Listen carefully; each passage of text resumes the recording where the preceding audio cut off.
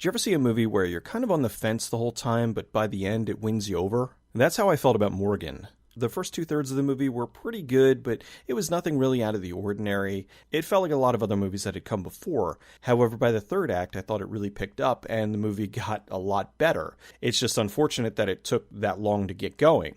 The movie's about this secret organization that's trying to create the perfect genetic being. They've tried numerous times in the past, but their current version, Morgan, is the one that's lasted the longest and shows the most promise. It starts off where Morgan attacks one of her handlers, and they bring in a corporate risk management consultant to decide whether or not they should be allowed to continue with the project or if they're going to terminate it.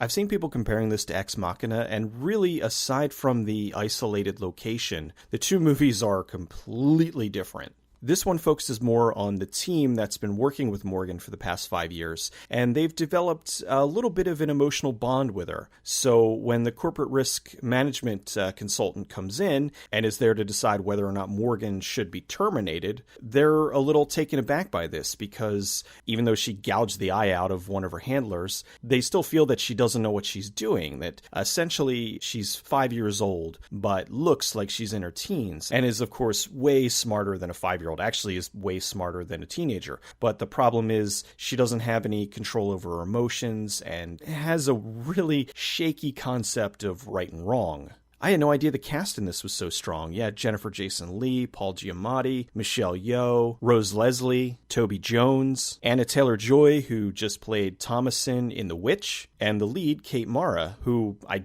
did know that she was in it, and she was terrific. She was very effective as the cold as ice consultant, and I thought she did a great job.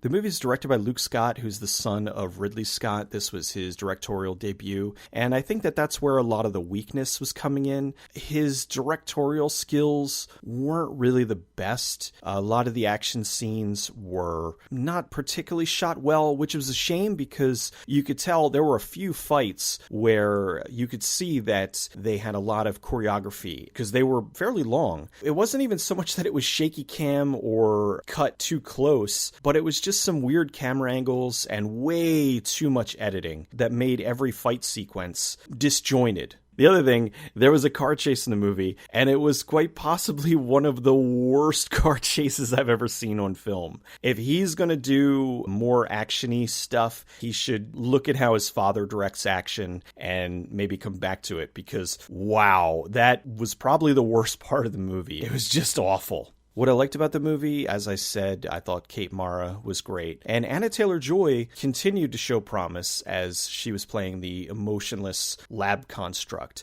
The other thing I liked about this was that there were a few times where the movie did subvert my expectations. There were a few cliched moments, and I thought that they were going in one direction, and then they ended up going in another direction. And I'm not going to say what those are. I don't want to ruin it for anybody who may end up seeing this, but I was pleasantly surprised. However, a lot of that happened in the third act, and I think most audiences probably would have tuned out by then. What I didn't like about the movie, I felt that the directing was just not as strong as it could have been. I thought Kate Mara and Anna Taylor-Joy were giving good performances, but it wasn't quite conveyed as well as it could have with somebody a little more experienced behind the helm. The other thing, Paul Giamatti comes in and gives another great Paul Giamatti performance, but it seemed to escalate too quickly. If you saw the trailer at all, you saw a lot of where he was going with this. He was sent there by the company to interview Morgan, and he was there to give the yay or nay on how Kate should proceed. But he goes in all guns blazing, and it was kind of forced. He's asking her these basic questions, and then what would you do if we said that you should be terminated? What would you do if we said we were going to kill you? What would you do? What would you do?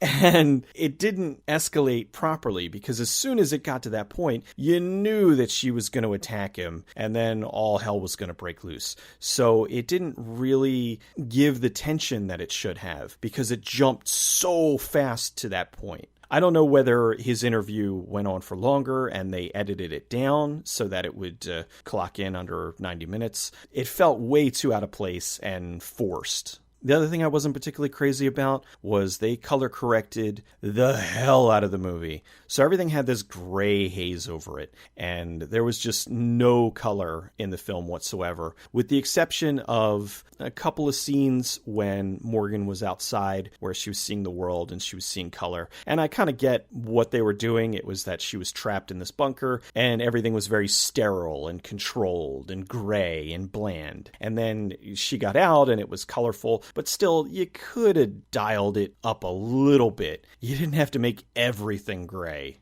Morgan was a neat little film. It cost about $8 million to make, and unfortunately it doesn't look like it's going to come anywhere near towards making that back theatrically. This had one of the worst openings I've seen in quite a while. They opened it in 2,000 theaters, and it opened in 17th place. That is horrible. And seriously, I feel bad because while it doesn't really bring a whole lot of originality to the table and it's a little slow going, it didn't deserve to do that bad. There are movies that are far worse that have done much better. Like Ouija did quite well, and that movie was terrible. This was a little slow going, but it was entertaining. The last 20 minutes, I think, more than made up for any of the slow parts in the beginning.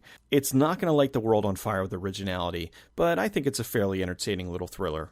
So at this point, I don't think it's really worth rushing out to theaters to see, but I do think that it's going to be a very strong rental.